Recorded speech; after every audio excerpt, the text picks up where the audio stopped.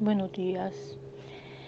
Estamos en este día para seguir con el tema de la familia cristiana. Hoy vamos por la siguiente, que es presentado a Dios ante sus niños. Presentando a Dios ante sus niños a través de la palabra. Y estas palabras que yo te mando hoy estarán sobre tu corazón y las repetirás a tus hijos y hallarás de ellas estando en tu casa y andando por el camino y al acostarte y cuando te levanten. Dice que le repetiremos, o sea, les enseñaremos a nuestros hijos, porque es mandato de Dios, y estas palabras que yo te mando hoy estarán sobre tu corazón y las repetirás a tus hijos y hablarás de ellas estando en tu casa y andando por el camino y al acostarte y cuando te levantes. La instrucción religiosa que Dios nos ordena aquí dar a nuestros hijos no es una cosa provisoria. Hay una promesa de cumplir mejor mañana. Es una enseñanza diligente. Diligente en este contexto significa penetrante. No es el espíritu áspero y opresivo del maestro de escuela, más bien es un enhebrado quieto de la palabra de Dios a través de la trama y urdimbre de la vida familiar. Cuando usted sienta en el interior de su casa, cuando usted sale a dar un paso, cuando se va a la cama, cuando se levanta, la palabra de Dios llega a ser un punto de referencia natural para cualquier cosa que pueda suceder en la familia. Imagínese que cuando usted sienta en el interior de su casa, cuando usted, verdad, se sienta a descansar, cuando usted sale a dar un paseo, cuando se va a la cama y cuando se levanta, la palabra de Dios tiene que estar allí. Tiene que ser como nuestro mismo respirar. Y a través de la palabra, Jesús encuentra su morada en la familia, tan naturalmente como los rayos del sol se cuelan por la ventana cuando se aparta la cortina. Qué bonitos consejos nos da, ¿verdad? Esta presencia de verdad es la meta de nuestra enseñanza. La enseñanza es diligente porque su presencia en la familia es muy importante. Hermanas, hermanos, la presencia de nuestro Dios es muy importante.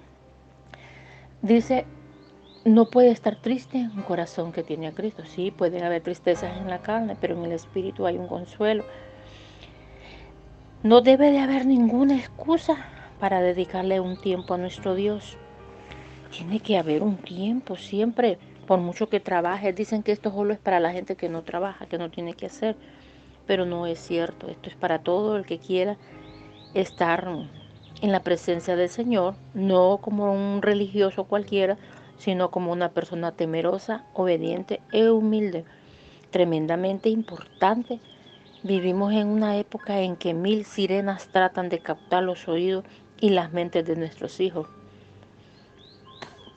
Hay mucho ruido alrededor de nosotros, mucha enseñanza alrededor nuestro, pero no es suficiente. Hay que enseñarles a los hijos los códigos de ética. No es suficiente enseñarles unas pocas oraciones de memoria. No es suficiente. Ya hemos hablado, ¿verdad?, del ejemplo.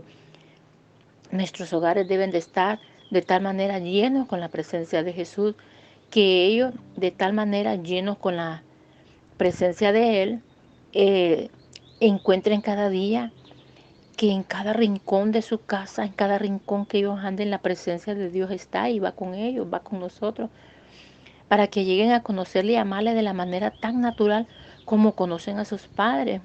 Amar la presencia de Dios, desearla. Aunque estén cansados, ellos no van a ir a hacer algo si no hacen primero algo especial para el Señor.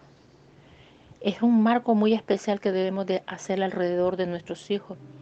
Jesús puede obtener su lealtad y encender su imaginación.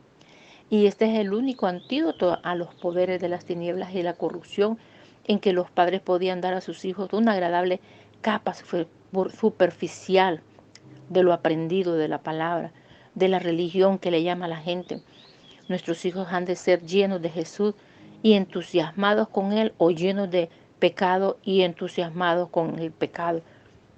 Tiene que ser más el primero, ¿verdad? Lleno de la presencia de Jesús, lleno de Él, llevar una vida muy agradable. Nuestros hijos han de ser eh, especiales porque en la vida de ellos mora la presencia de Jesús. Todo lo que podamos traer a nuestros hijos será de gran valor, a menos que podamos traerles a Jesús. No habrá nada que no sea agradable si no es la presencia de Jesús en sus vidas. Dijimos en los capítulos anteriores que una de las cosas esenciales de la relación de la familia a Jesús es dedicación de tiempo para devoción familiar. En muchos otros aspectos de la vida familiar hablaremos acerca de Jesús. Aquí hablamos con Él. La presencia de Jesús en la familia llega a su punto culminante cuando la familia se reúne con su presencia para adorar, porque la adoración es cognición con Dios por excelencia, es comunión con Dios por excelencia. En la adoración nos reunimos en su presencia, nos juntamos bajo su señorío, nos extendemos para recibir su gracia, escuchamos su palabra, nos sometemos a su voluntad. Nuestra dificultad como seres humanos es que nos constituimos a nosotros mismos, eh, a nuestra familia y a nuestros intereses, a nuestras preocupaciones como el centro de nuestra vida, desplazándonos a Dios. En la adoración familiar nos reorientaremos diariamente alrededor de nuestro verdadero centro, que es Cristo. La clave para la devoción familiar es la variedad inspirada por el Espíritu Santo. Nuestra vida de comunión con Jesús no puede expresarse en forma estática. No hay un patrón establecido para todas las familias y ni siquiera hay un patrón establecido para una familia en todo tiempo. El modo en el cual nosotros le adoremos ha de ser por variedad con la edad de nuestros hijos, con nuestra herencia cultural o educacional, por la afiliación de la iglesia que tengamos. La cosa esencial es que haya un encuentro vivo con Dios en el cual participe cada uno de los miembros de la familia. Hay diferentes formas, ¿verdad? Según cultura, según la afiliación, o sea, según el sistema que trabaje la iglesia, pero sin salirnos del contexto bíblico. A veces hay un canto, ¿verdad? Una modesta inversión en libros de cánticos para cada miembro de familia. Reportará ricos dividendos. Cuando todos tienen un libro de cantos y todos cantamos, porque a través de él nos orientamos y todos cantamos la misma letra. No es como que solo cante uno y los demás no cantan porque no lo saben. Es a lo que le llamamos himnario, ¿verdad? Un himnario que toda la familia pueda obtener uno. En nuestra familia escogemos un nuevo cántico al comienzo de la semana, dice el escritor, y lo cantamos todos los días al comenzar el culto familiar. Cada miembro de la familia tiene su turno para escoger el canto de la semana. Los niños tendrán tendencia a seleccionar favoritos. Los padres pueden enseñar un cántico nuevo de vez en cuando. De este modo, la familia deposita en el corazón de cada miembro un rico tesoro de música cristiana. Cuando la familia tiene algún talento musical, pueden usar acompañamiento. El cantar juntos o a un disco es otra avenida de expresión musical. No es por accidente que el libro de adoración del Antiguo Testamento, los Salmos, contiene un número de salmos con la exhortación: cantad a Jehová cántico nuevo. El canto tiene una capacidad única para soltar nuestras emociones, para liberarnos de nuestras inhibiciones, de modo que podamos entrar libremente en un tiempo de adoración. Después del canto está la invocación. Este es un paso que a menudo se omite en la adoración familiar. Sin embargo, puede añadir una nota de realidad que realza todo lo que sigue, que significa simplemente lo que la palabra implica. Invocamos o pedimos que el Espíritu de Dios esté presente con nosotros.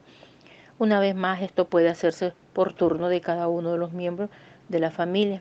En ocasiones puede ser formal, en el nombre del Padre, del Hijo y del Espíritu Santo. Y esto tendrá a ligar la adoración en la familia, la adoración de la familia mayor de la iglesia. En otras ocasiones puede ser informal y es espontánea. Señor Jesús, aquí estamos reunidos con el fin de oír tu palabra. Sé con nosotros, Señor Jesús. Aún del niño de 4 años podemos conseguir espontaneidad. ¿Cómo estás, Jesús? Comencemos. Mientras que esto se convierta en ridiculez, no debiéramos tener el elemento de humor espontáneo que se introducirá en la adoración familiar. Los niños también pueden hacerlo. Si lo consideramos en detenimiento, probablemente descubramos que el humor eh, debe haberse sentido. En realidad, los niños, ¿verdad?, que tienen una gracia para hacer las cosas y hacen que los adultos se rían. ¿Por qué? Porque se debe de enseñar a los niños a ser dinámicos, sentir en realidad que en la vida de todos los que están allí Jesús vive y es tan real para el que habla como para el que dirige y a otro miembro de la familia. A los niños también se les enseñan textos a memorizar.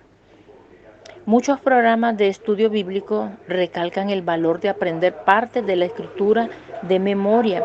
En mi corazón he guardado tus dichos para no pecar contra ti. Salmo 119, 11. Recuerdo haber oído hablar una vez a un hombre que había aprendido de memoria capítulos enteros de la Biblia. Mientras hablaba, seleccionó un tema del capítulo en Apocalipsis, el capítulo 5 de Apocalipsis. Luego, casi sin que nos diéramos cuenta, la recitó de memoria la palabra de ese capítulo.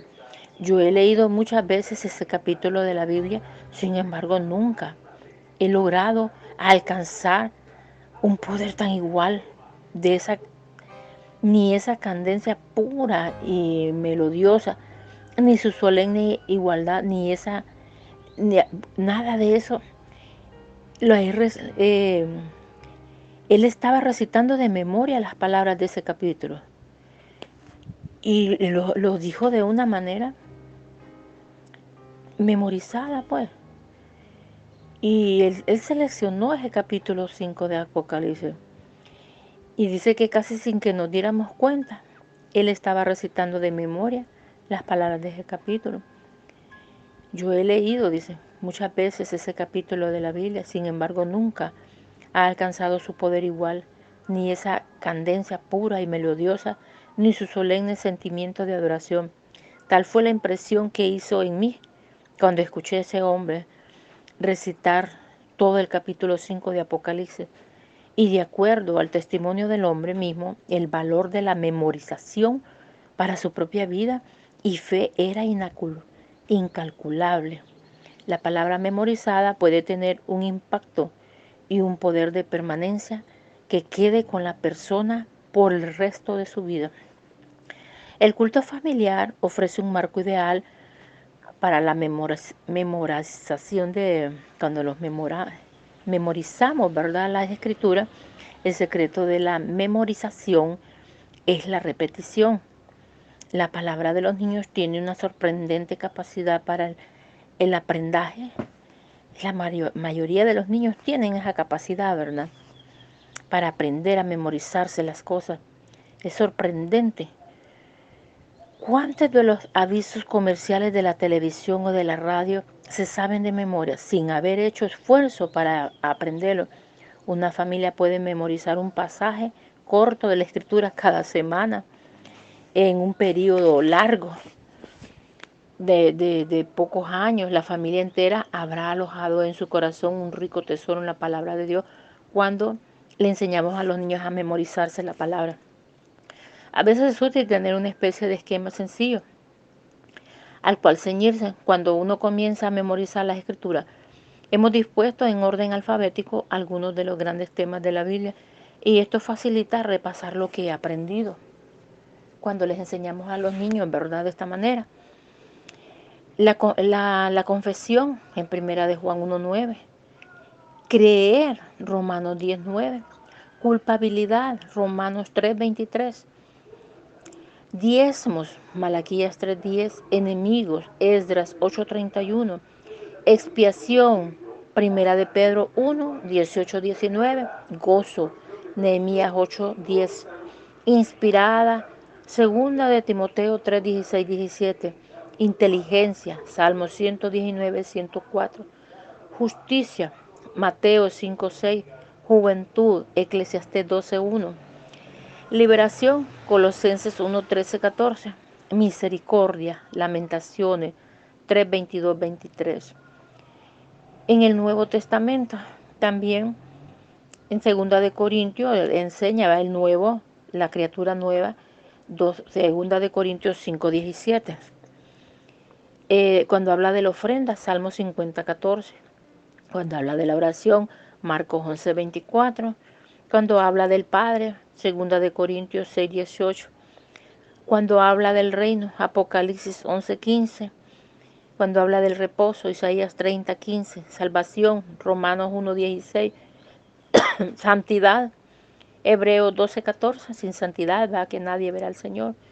Cuando habla del Señor, Hechos 2:36. Cuando habla que seremos testigos, Hechos 1:8. Cuando habla de la victoria, Primera de Corintios 15:57.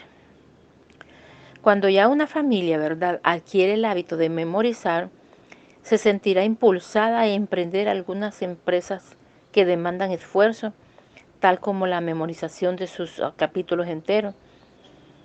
Se le puede pedir a los niños también, ¿va?, que digan los versículos en sus propias palabras de vez en cuando, para evitar que lleguen a ser puramente mesiánicos. Perdón.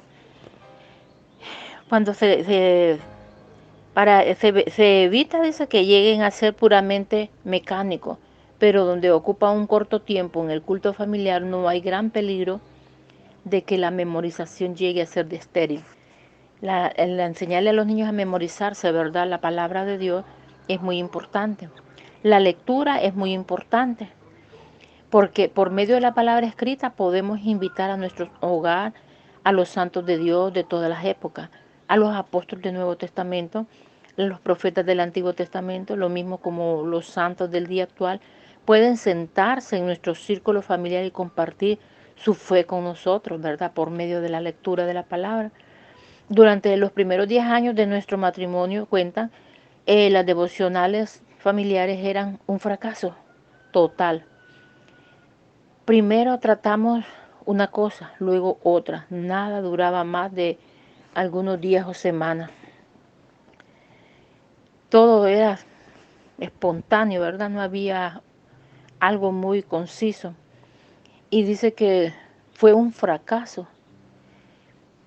Dije que nada duraba más de algunos días o semanas, no podíamos dar en el blanco. El elemento que le faltaba era un sentimiento vivo de compartir el testimonio de un compañero creyente a través de la palabra escrita. Nos parecía estar haciendo la devoción diaria más bien que estar recibiéndola.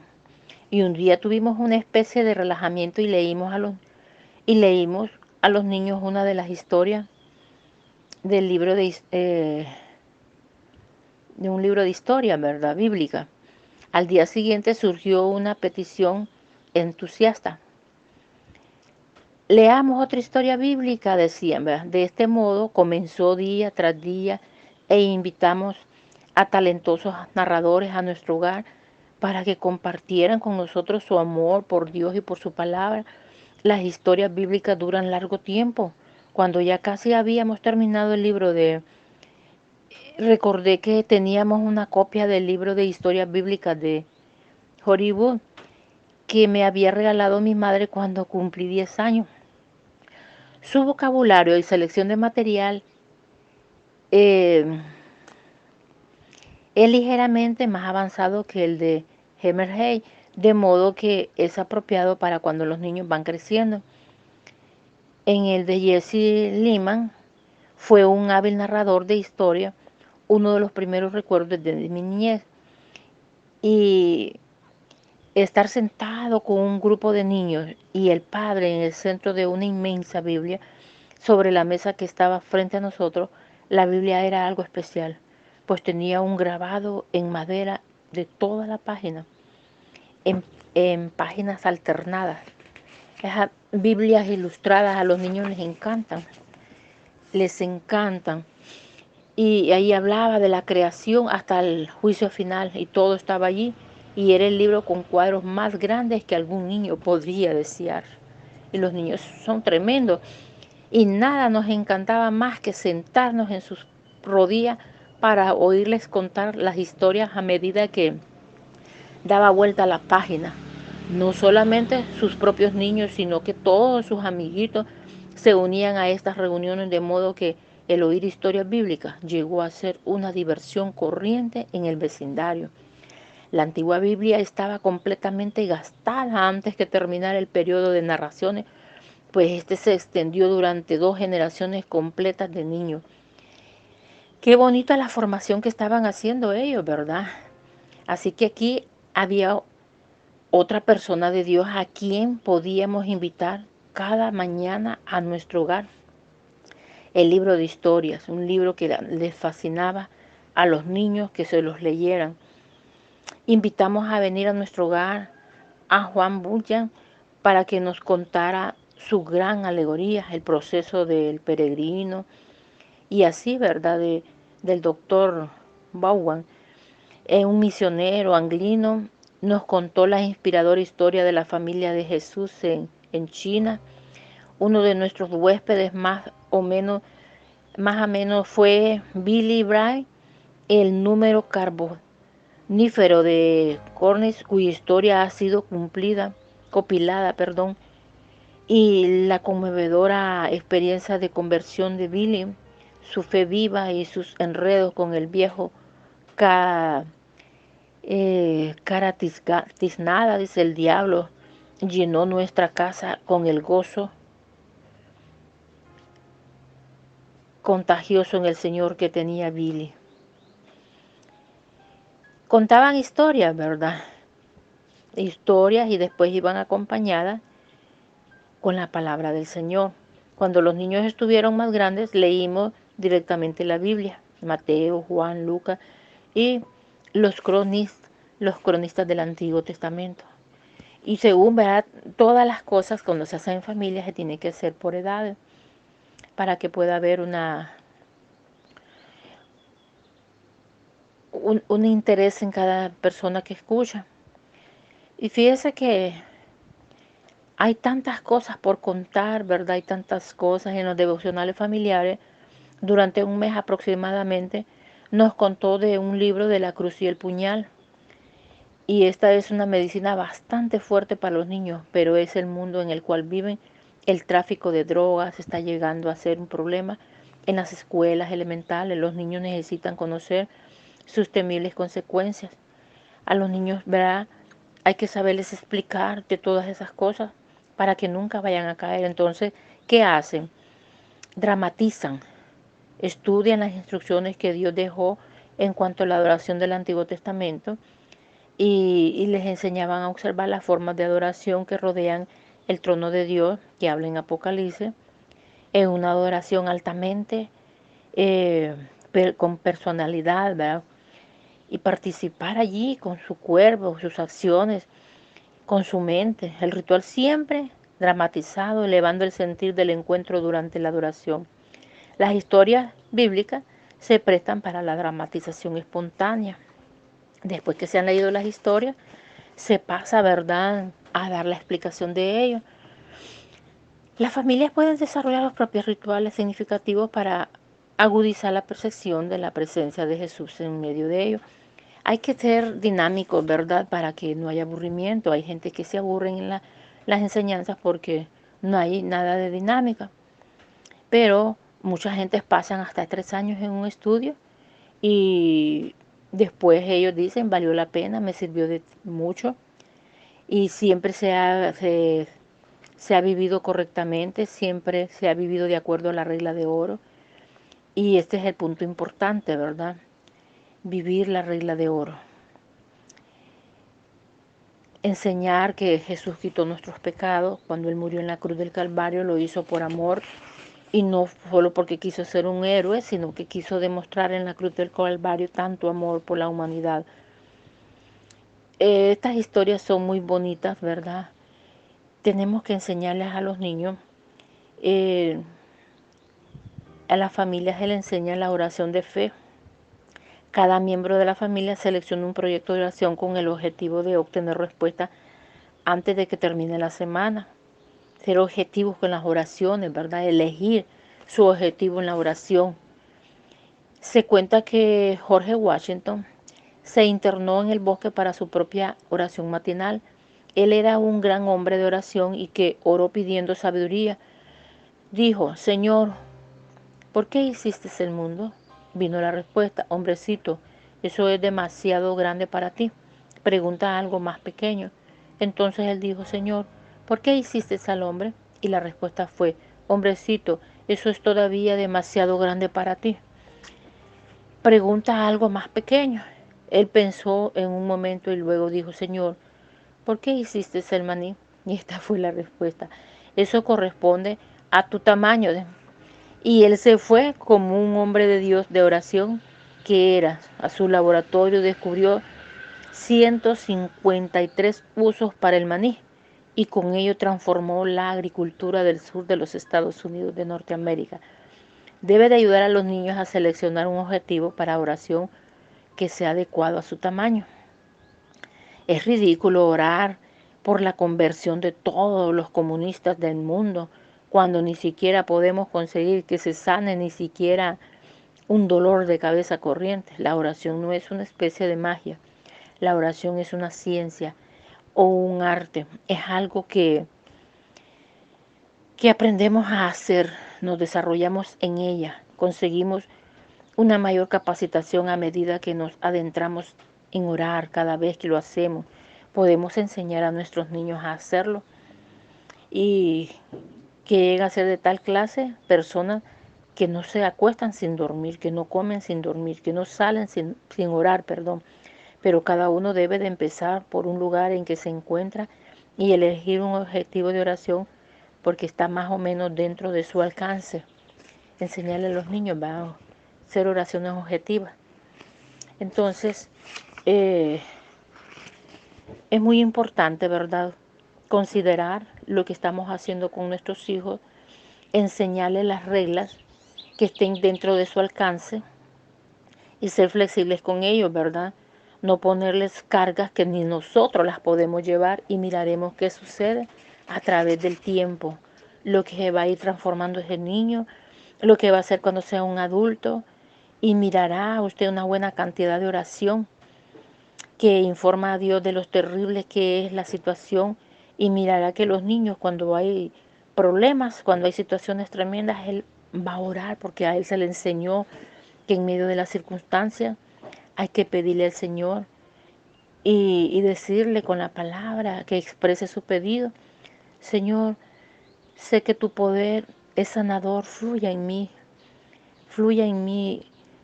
mi amigo Juan, que lo sane, ayúdame a estar tranquilo y confiado interiormente cuando vaya a mi examen en la escuela, cuando vaya al examen de ciencias el jueves, y decir las cosas, ser conciso, claro, y usar la imaginación, ¿verdad?, en los niños para que la sepan usar en el Señor.